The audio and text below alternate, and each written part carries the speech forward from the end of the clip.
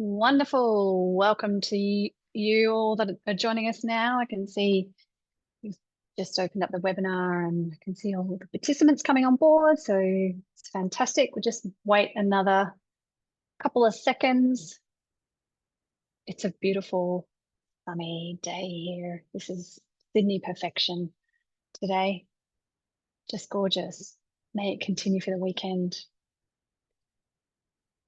So we've got so much to cover today. So I think we should kick off, James. So today's webinar is jam-packed. It's a bit of a whirlwind, just like this world tour that's been occurring with technology trends led by Microsoft. And that's the subject of our webinar today. I'm Chloe Durbin, Managing Director of WebVine. I'd like to introduce you to James Dellow. Hi, James. Hello everyone. Good to be back for another webinar.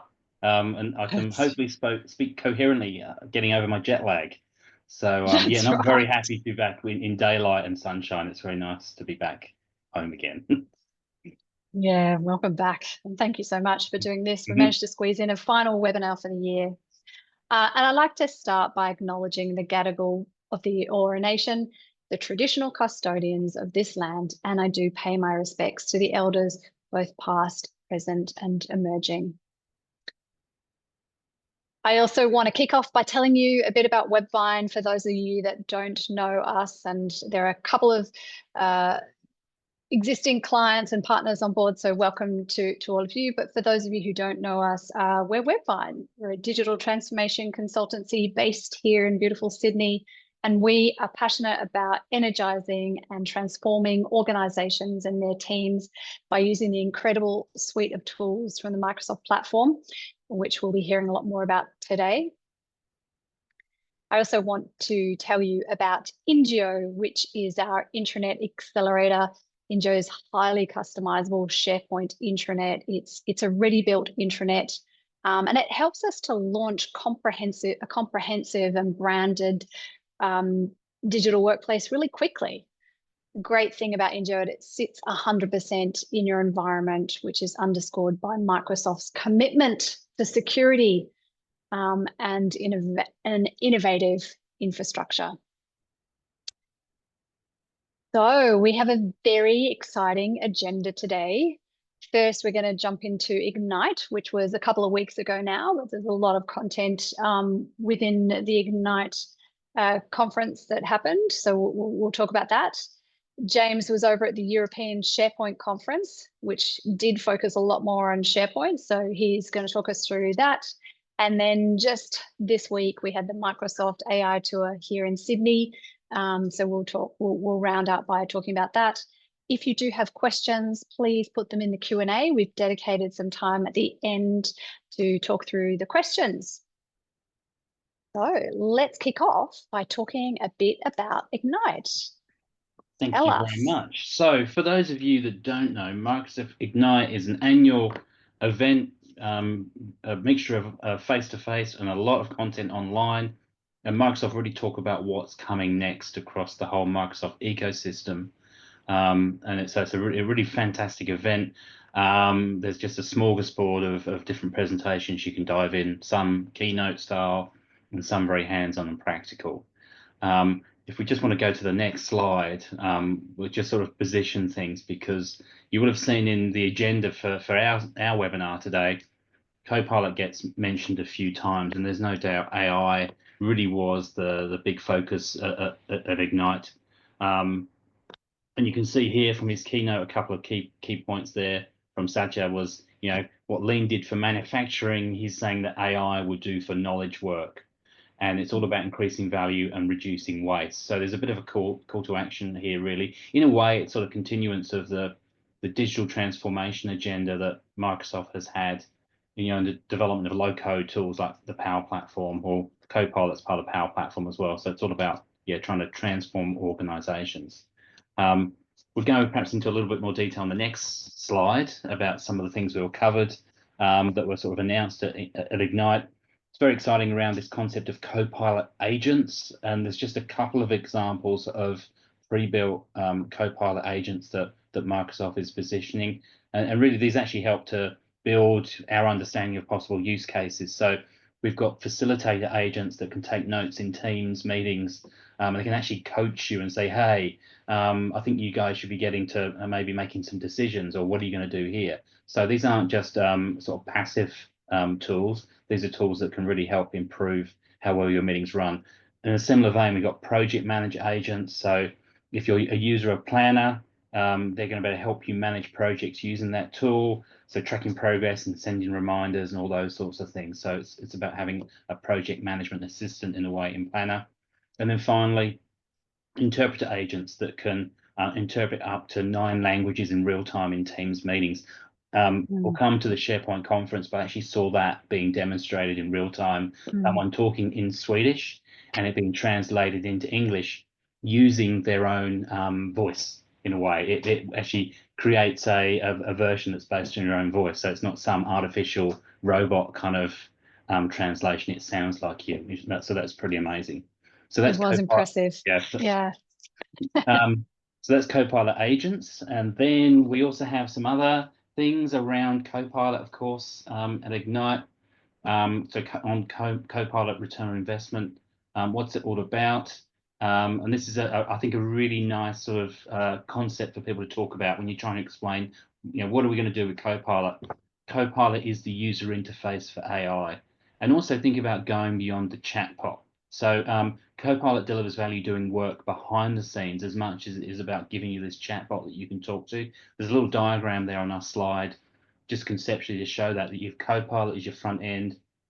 You've got Copilot Studio, which is your low code, no code, and pro code tooling from which you can build agents that do specific things. So you can put them into custom solutions and integrate them with Power Automate and other Microsoft 365 apps. An example is I've seen is the idea you might review first drafts of content against agreed standards. So we build a lot of document management flows for people. Often involve people reviewing that. Imagine if the first review was actually by a Copilot agent that said, hey, this is a great policy document you've written, but it actually doesn't follow our design guidelines or writing guidelines for a policy, and it needs to be edited. So those is one example of a use case. We're also using Copilot to actually help run the Microsoft platform itself. So you can apply them to checking systems for performance, discrepancies, even cybersecurity. So there's kind of an unlimited sort of landscape where we can potentially apply these Copilot agents. But as I said, it's about going beyond just that chatbot experience. It's actually about building tools that do things and integrate with our systems. So yeah, Copilot is the UI for AI. That was a catchphrase, a recurring catchphrase, wasn't it? Yeah. That's right. That's right. And it's really important just to go that step a bit deeper. I think on the other side as well is just around Copilot and search. Is just to keep in mind that Copilot is a new layer on search. Governance isn't a new issue. And there's continued messaging both at Ignite, other AI events that Microsoft has run. I went to the Microsoft AI event earlier in the year, certainly the SharePoint conference as well, is you've got to invest in governance and structure, particularly around SharePoint, where we've just seen massive growth in content. And this concept of oversharing, i.e. people accessing information via Copilot that they shouldn't have access to. And there's often, because of, default sharing is on, there's broken permissions inheritance, lack of sensitivity labels. There's a whole range of options for doing that, but they've also announced new features in SharePoint to help manage content in a way that will help you deal with that from a Copilot point of view as well. So Microsoft is, I think they were very quickly to roll out Copilot as that chatbot front end experience.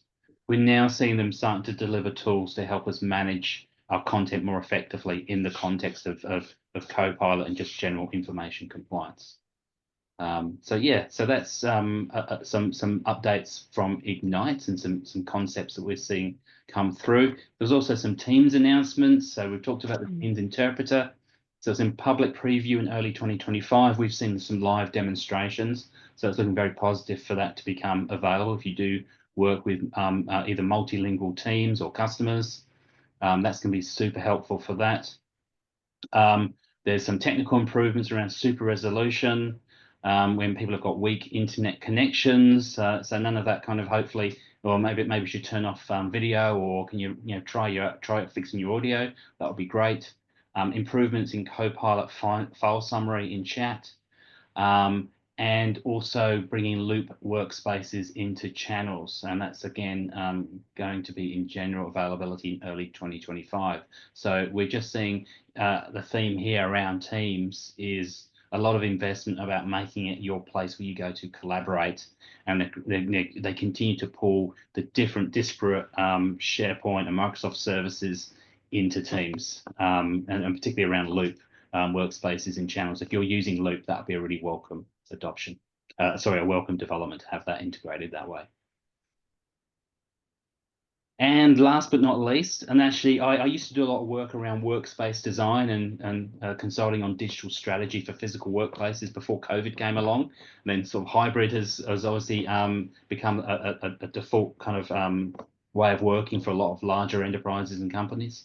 And Microsoft Places is something that I've been waiting to appear from Microsoft, and we're now seeing that come through. And basically, it helps you to coordinate your hybrid teams to make the most of in-office days and optimize space management. So you won't need to rely on third-party products for doing this anymore. You'll be able to do this natively within your Microsoft environment. So if you work for an organization that's a large organization, you're working in that hybrid mode, this is going to be a really welcome addition to the Microsoft platform.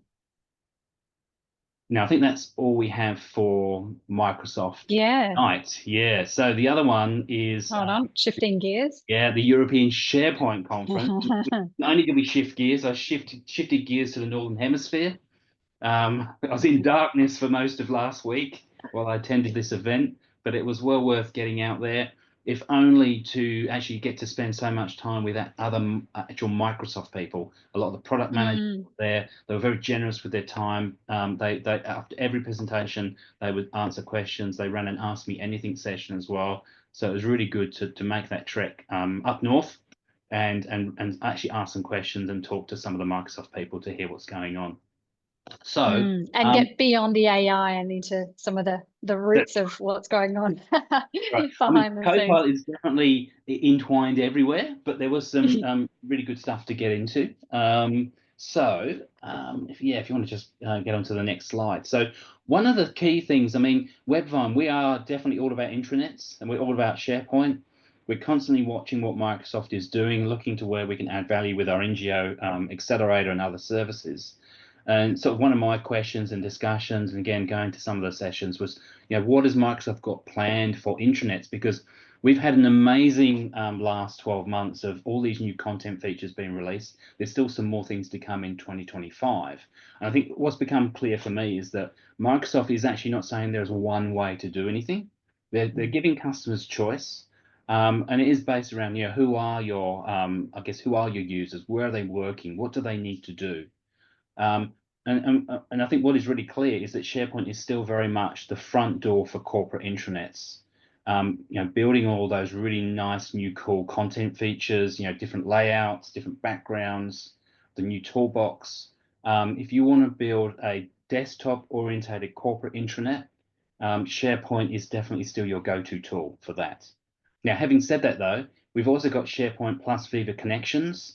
And that really is then a solution that gives you the potential to personalize for different audiences. So you can have your Viva Connections dashboard, for example, that can be geared just for some of your frontline workers, just to give them access to those practical tools they might need when they're on the move. And there's a whole bunch of other features in Teams that actually support this around, automatically muting notifications in Teams when people aren't rostered for a shift, making it easier for them to log in to shared kiosks as well. So there's a whole range of different features in there that, as I said, Microsoft is giving people choice. The only thing I'll note, though, is there's often extra costs to access all the Viva features you might want to use. And I guess that's a bit of an underlying message. You've got your base subscription of Microsoft 365, so whether it's a frontline or an E3 or E5, but for some of the things you are going to pay either a little bit more in terms of a license fee, or there's some kind of pay-as-you-go fee. But some of these features are actually pretty good and could well be worth it. The other thing I'll talk about this in a moment is around adaptive cars as well, being a bridge between SharePoint, Viva, Teams, and Copilot. I think that was a really clear takeaway from the different sessions I went to as well during the conference. So we might just dive into a little bit more detail then on SharePoint design. We've had a lot of features drop this year. There's a few little features they've been teasing. One is flexible layouts, and again, it was nice to see that being demonstrated live at the conference. And what they actually told us was the reason we haven't got access to this yet is they're still working out how to apply that to the mobile experience. And actually, when you look at what the flexible layouts are, and if you haven't heard of this, it's going to give you access to a 12-column layout, and you can basically dump text and images. There's not yet support for custom web parts, so it's just the ones of text and images, etc. You can kind of put them anywhere you like within a section. And when you think about that, that's actually quite challenging how you're going to render that in a mobile experience. So that's what they're trying to work out. How does that actually work when you're using it on a mobile device? So we've got to wait and see how that plays out. The other one is we are also waiting for official support for animated backgrounds. There are always little hacks you could do. You could put maybe an animated GIF into a sort of a background image, but official support for for video backgrounds that should be in the next release, so sometime next year. But they're just being very cautious about performance on what the performance impact of that might be and how they can mitigate that. So yeah, we've got a last few little treats to come in the SharePoint from a SharePoint design point of view. And then the other piece I want to talk about is adaptive cards. Now, if you're not familiar with adaptive cards, and I know this because I've been talking to customers this year about that, these are kind of like a web part, and you've got a couple of examples there in the screenshot, which is actually from Ingeo, where we've embedded the Viva Connections dashboard on a SharePoint page. Yep, just bear with me on that explanation.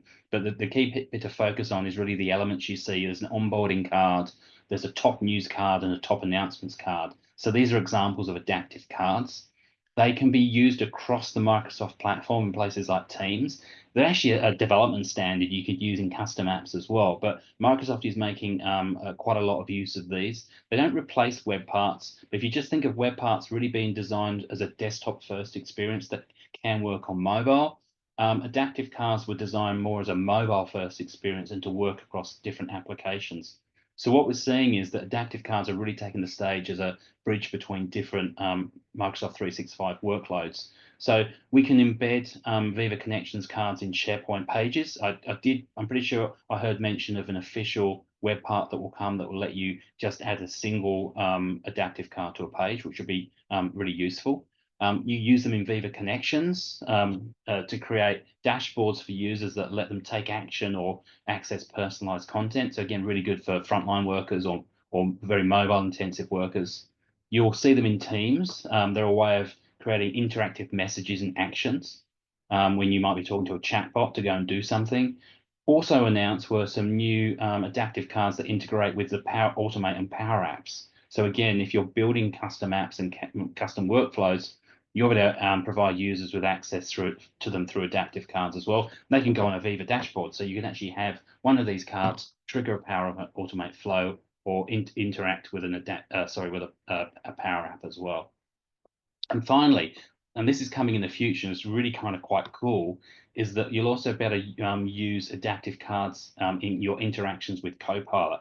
And they were suggesting that Copilot might present a relevant card during, say, a chat conversation, and that will enable you to take action or access relevant content during that chatbot conversation. So yeah, adaptive cards, if you don't know much about them, if you're one of our current customers, we can talk more about them in customer success. But as I said, they're sort of really coming to the fore now as that tool to provide that integrated user interface across multiple workloads in Microsoft 365. So that's quite exciting. There's actually, from a developer point of view, we're pretty excited about some other technical advances in these as well that will let us provide even richer user experiences through these cards. So yeah, it's you can tell I'm pretty excited about adaptive cards.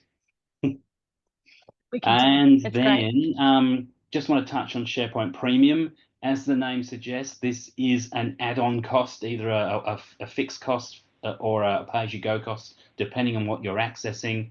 It's kind of a bit of a smorgasbord of different features that cover content and governance. So there's things around object recognition, understanding documents so it can automatically tag content for you, form processing. So anything to do with actual, if you like, content creation or content management, there's SharePoint Premium features that can help with that. There's also governance tools which could be useful, particularly around Copilot as well within SharePoint Premium. and then some other things around collaboration as well. I won't go into these in too much detail, but suffice to say that, again, this is part of this model where Microsoft is offering access to advanced features, but you are just going to have to pay a little bit more. And there's probably then a decision about, the old build versus buy. Do you create something yourself, or do you actually pay the premium and take advantage of some of these features? Yeah, but we're happy. We can talk about more about these with our customers in our customer success meetings if you want to know about specific things on SharePoint Premium. Now I'm watching the clock, so we've had a bit You're of on time. on time. We had a nice focus on SharePoint. Chloe, you're fresh off being immersed in AI and Copilot on Microsoft's second, I think, big AI event. The first one I went to earlier in the year was massive. There were queues in Sydney at the convention centre to get registered. And I think this event is just as big, right? I think it was bigger, actually. Yeah. It was a huge tour, massive event, over 6,000 attendees. I heard partners and clients got the invitation. There was a lot of excitement, huge buzz, and we were there. You can see that's a picture from the ICC theatre. It was huge. It was all the excitement that you might expect from Microsoft, really showcasing what's on offer. It was really fantastic. So I'm going to dive in, talk about a few things that that really struck us, and really for me, this statement really encapsulates everything that the tour was about. Every employee will have a co-pilot. Every process will have an agent. That's the vision at Microsoft. Everyone at Microsoft was talking about that, and if you think about that, what that means is that they're really envisioning that an employee will have their own AI assistant, a co-pilot that supports all their daily tasks, helping them to automate repetitive tasks, enhance productivity, assist with the decision making. So that's where an employee will go. They'll just, utilize their co-pilot all the time. And then the second part is talking about the evolution of the agent and what the agent is there to do, which is really, creating these agents whose purpose is to streamline a particular operation, monitor performance, automate a workflow, oversee complex processes, make decisions on criteria. So as you were talking about before, and some of these agents are already in existence in the Microsoft ecosystem, and some of them are specific ones that we'll create. But this was really the vision around where they're headed, and all the work streams in the sessions were focused on jumping into this. So this is interesting, and really Microsoft see their role then, if that statement is true about each employee having a co-pilot, that they see their role really about skilling and infrastructure and then the security layer. So they really want to be a reshaping of business process, echoing Satya Nadella's comment, but also enriching employee experiences and how AI will do that. They also have a focus hugely on the customer experience, but underlying all of this is really around accelerating the product innovation, and they talk about bending the curve on innovation. So these are some of the things, and I'd like to dive into a couple of use cases, because there was a heap of great use cases that we saw. It was a really great time for a lot of the customers to come and talk about their what they've been doing. So the example here is optimizing workflows at KPMG. So 70% of employees are using a conversational AI assistant, which is delivering huge productivity gains. Combank certainly using it to detect malware and fraud. We saw this great example of generative AI at Minter Ellison, where they're creating a drafting legal advice. Starts off with an AI capability, and then links in relevant people as you need. So there's some really great use cases there, and a lot of the presenters really talked about the need to completely rethink our business processes to be AI first. So not just using using AI on existing processes, but actually the need to actually reshape processes so they can be optimized for the opportunity of AI. So I thought that was interesting. And how can we bring different thinking to our business cases to make this a possibility and to be truly innovative?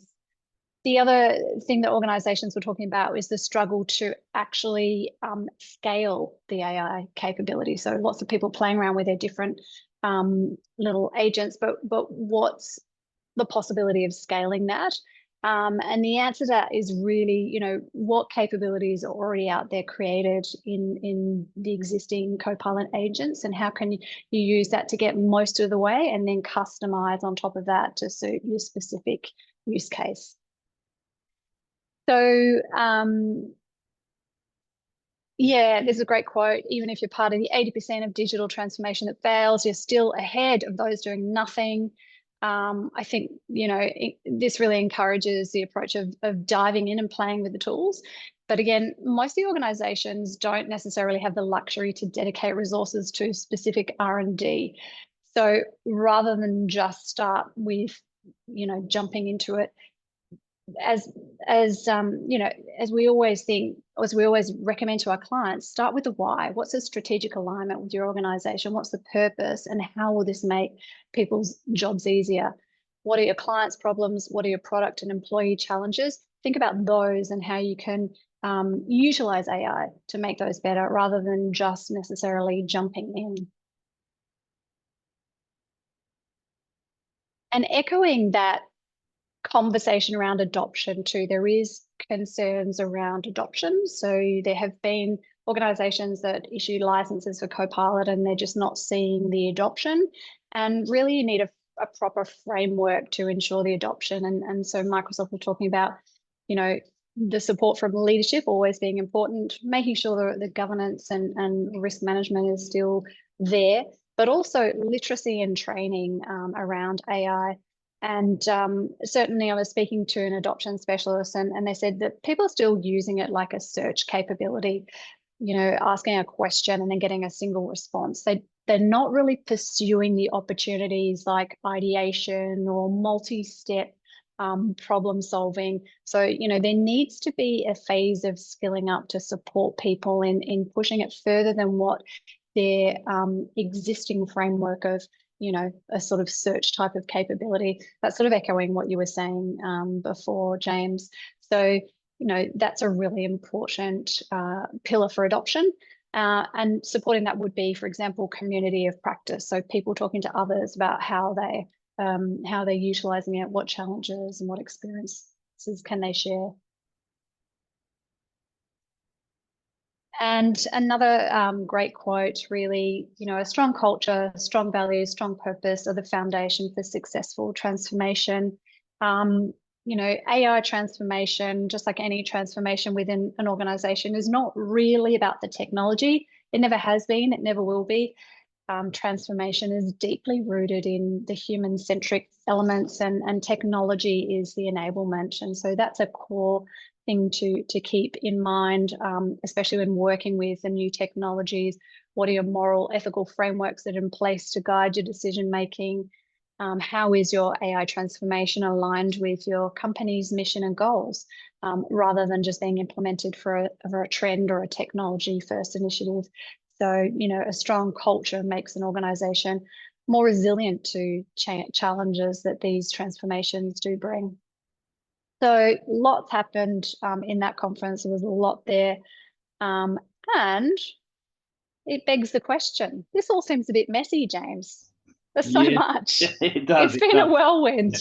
And look, and the short answer is it seems messy because it is. I think it's really important to note. I mean, there's more things happening than we could squeeze into this presentation, right? We sort of culled a lot of content, and there's things we haven't covered. And I think we've sort of read somewhere that Microsoft has released more product and made more announcements in the last 12 months than at any time in their 50-year history, which is quite extraordinary. And I know I've certainly observed, Copilot has been released so quickly. It's amazing at what speed they brought it to market, with all lumps and bumps in it as well. Still, I think there were 100 product announcements from Ignite in Chicago alone this year. So that's extraordinary. I think people have got to realize that Microsoft is a big organization. It's a big software company. There's many different product teams, and they're all furiously kind of pushing out their new products and updates. And doesn't mean that there's always a perfectly coherent strategy about how they should all work together. The good thing is that this provides some choice for people. It does also mean it's up to each organization to think about their needs, and work out how to use them. And that actually also eventually will land on licensing as well. Licensing is complicated across Microsoft now, and you kind of work out what you need to do and what the best approach will be. But hey, good news is we're here to help. We're out there. We are. To the events so people don't have to. And yeah, we're definitely here to help. But it is all about building a strategy that works for your organization, both from a sort of ROI, what the functionality is, but also, from a cost point of view as well, and speed, and how you support it and all those sorts of things. Absolutely. So let's jump into some questions. I know we're at time, so thank you for those of you that have stuck through to the end. I can see one question just about, or a couple of questions about Frontline and the adaptive cards. Just one thing to mention, those adaptive cards themselves do not cost anything. It's like a development standard that's being used across Microsoft. I guess what does cost is what kind of Microsoft workloads you want to use them within. But yeah, Viva Connections, the basic option is there as part of most Microsoft licensing. So it's there to be used, but there are some limitations you might have to pay. If you want to have more than one audience sort of created using Viva Connections, you're going to have to pay a little bit more. And the other question around Frontline I can see was just around, what are the new options for Frontline? What I saw already was that Microsoft was refining and improving how to use their kind of platform. They're not creating like a standalone solution for Frontline. What they're doing is really using Teams as a primary UI for frontline workers, but providing additional options and configuration to make that better. So I mentioned the notifications. If you want to, you can configure it for frontline workers. They won't get notifications when they're not working, and that sort of obviously supports the laws now around work-life balance, here and overseas that we've seen. But also how you can create sort of mobile experiences that are all tailored for the user and a manager control that are simplified just to get them to the tools they need. And kiosk tools as well, again, that make it easier to provide access via a shared device, but still provide a personalized experience. So yeah, it's more about refining and optimizing how to use those Microsoft workloads that are already there. We do have a question. Since you're at the European SharePoint Conference, is there any mention of an end date for classic SharePoint? It's a good question. No, right. So yeah, look, Microsoft won't say anything around that. We've been watching this slow little nibbling away of classic functionality, but I think one of the questions I went to which was a little bit technical, was really talking about SharePoint APIs and the ones that are being depreciated. So I think there's no end date for classic yet, but you are going to just see more and more features depreciated. One of the big ones we've encountered is around security changes around scripting, which is really making it hard to actually extend now existing classic sites. So I would say that the momentum is building, and I wouldn't be waiting for an official announcement. Classic is over. We're just going to see more and more depreciation of features, and they want to move people to modern experiences that integrate with Copilot. And I guess if you take on board Microsoft's focus on Copilot, none of it works with Classic. That's right. So yeah, Classic it can only accelerate, I would say. Well, I can see we've got one more question, Chloe. Yes, go on, sneak it in there. Yeah, just as you mentioned about development processes through AI, does it adaptively learn your design principles, or do you need to set them up? I think if I've understood the question, the way that Copilot works and makes it interesting is that it's got a large language model beneath it that is kind of, it doesn't know your content, but it helps it understand the world. It helps it to understand you. You then feed it additional information to refine how it responds and what it does. So yes, it can learn your design principles if you feed them to it in a way that it can make use of. And actually, we do that internally. We've got some reference documents, for example, for our development standards. And I can ask Copilot to check a document and say, how does this align to our development standards? So hopefully that answers the question, but that's certainly how Copilot is intended to work. It's a generic large language model to tell it about the world, and then you mix that with your own content to get. But it doesn't actually doesn't change the large language model. That's how we maintain privacy. It actually combines your information and the large language model effectively to give you a custom response. Yeah. And the buzzword that I heard bandied around a lot was grounding the agents and grounding the Copilot with a knowledge base. So whatever your chosen knowledge base is, or whatever that is already attached to the existing agent, grounding it in that knowledge. That's how you can sound like you know about Copilot and AI. It's just all about grounding. That's right. But yeah, that's basically what it means. It's really about making it relevant to your organizational context without feeding private information back into the large language model. So that's the concern has been that using public tools, they want to keep improving their language model, so they actually take your content and incorporate it into the knowledge base, whereas Microsoft keep the two separate. So the grounding is how you keep it that separate, and also how it only gives you answers in your context. So that grounding is you plus your organization data plus the large language model. And typically a lot of the grounding happens with your SharePoint environment. Right, that's right. So SharePoint is still the backbone. That's right. Backbone. Actually, look, just will mention for those of you hanging on, we didn't actually talk too much about Copilot agents in SharePoint, but that's where that is really useful, because if you can improve accuracy even further by limiting the scope of what Copilot needs to ground with. So if you can give it 10 documents that you know are relevant to your question, rather than saying, hey, go and search everything, you're actually going to get more accurate or more meaningful results, because you're helping to say, based on this pool of information, rather than saying, try and work it out across hundreds of thousands, millions of documents.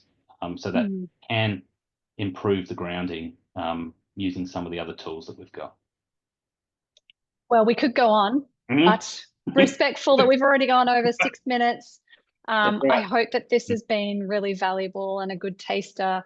Of course, you're able to find a lot of content for Ignite on the web, so jump in and deep dive into some of those sessions. But we are here to help, especially help to navigate, what is going to work best for your organization, for your use cases. So please reach out. We'd love to have a chat. Thank you so much, James, and thank you for traveling to Stockholm. I really appreciate that. And thanks for a great year of webinars. And thanks, everyone. So you'll see everyone next year. See you all next year. Yeah. Thanks so much. Everyone. Bye.